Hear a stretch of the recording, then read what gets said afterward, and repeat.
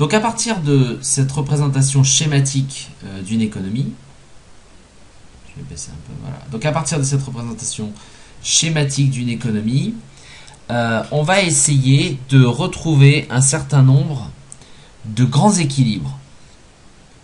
C'est-à-dire qu'en fait, ce circuit économique nous montre comment les flux monétaires circulent d'agents vers d'autres agents, c'est-à-dire des entreprises vers les ménages, puis vers le marché des biens et services, les banques, l'État, etc. Et quelle contrepartie elle représente. Et elle représente la contrepartie de biens de consommation, de biens d'investissement, de biens publics, mais également le revenu représente aussi la contrepartie de travail fourni par les ménages, de capital fourni aussi par les ménages aux entreprises, etc.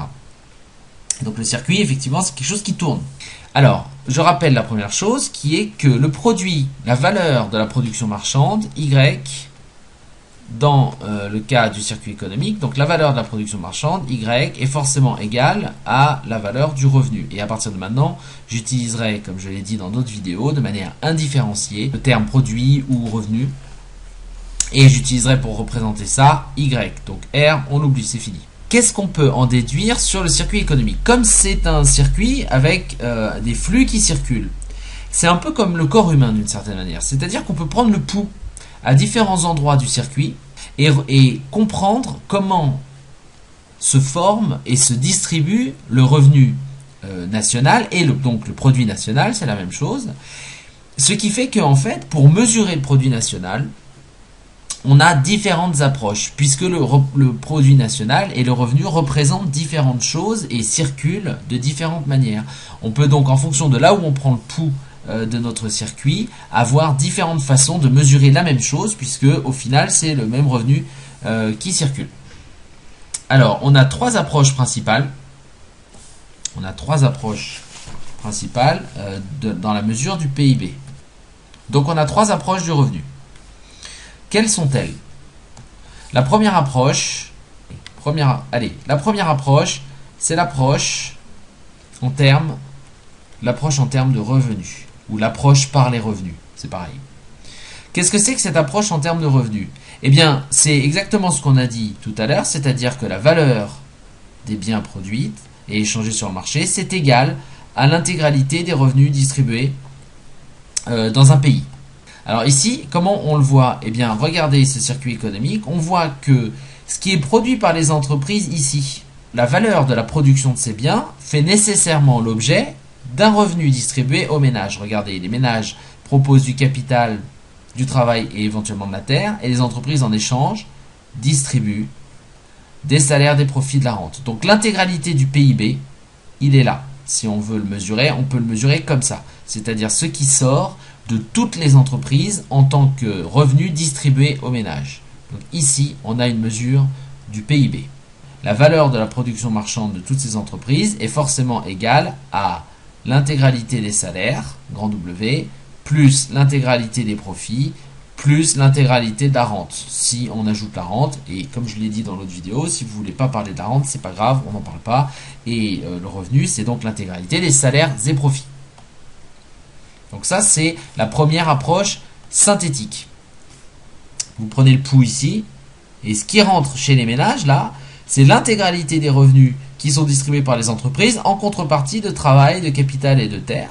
Et c'est avec ces revenus, vous voyez, si on continue le circuit économique, c'est avec ces revenus qu'on va acheter des biens publics, des biens de consommation, vous voyez toutes les flèches vertes là, ce revenu ensuite, tac, il va re-rentrer dans les entreprises et il va leur permettre de produire ces biens de consommation, ces biens publics, ces biens d'investissement et les biens vers le reste du monde. On a une deuxième approche qui est l'approche par la production.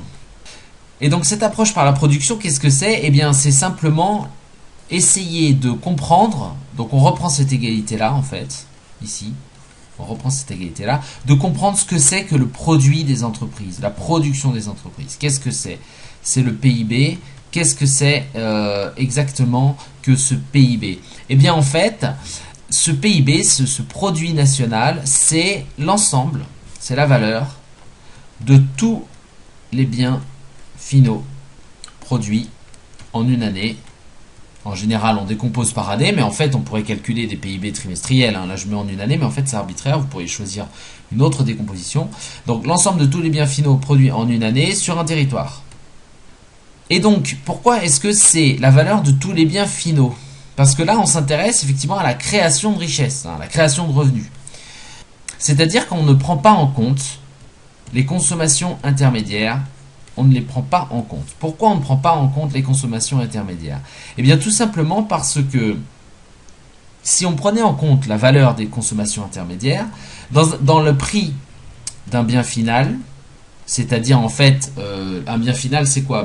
Ça se différencie du bien intermédiaire ou de la consommation intermédiaire, parce que ce bien de consommation intermédiaire, il va être transformé, il va être utilisé pour fabriquer précisément un autre bien, peut-être un bien final.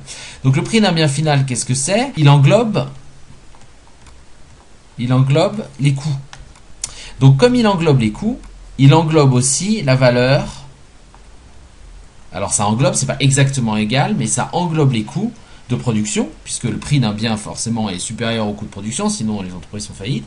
Donc le prix d'un bien final englobe les coûts et donc englobe la valeur des consommations intermédiaires, puisque les consommations intermédiaires ont servi à fabriquer ce bien final.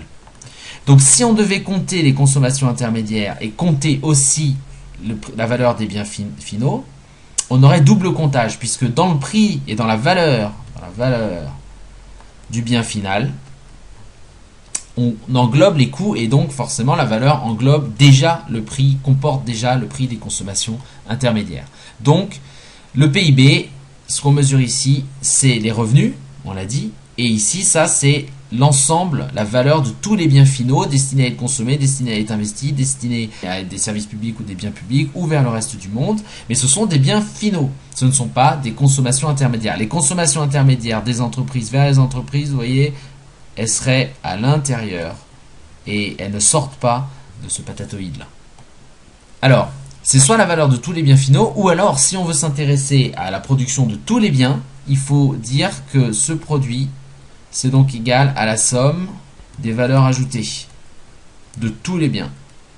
Pourquoi? Parce que la valeur ajoutée, c'est justement ce que vous ajoutez comme valeur par rapport aux consommations intermédiaires.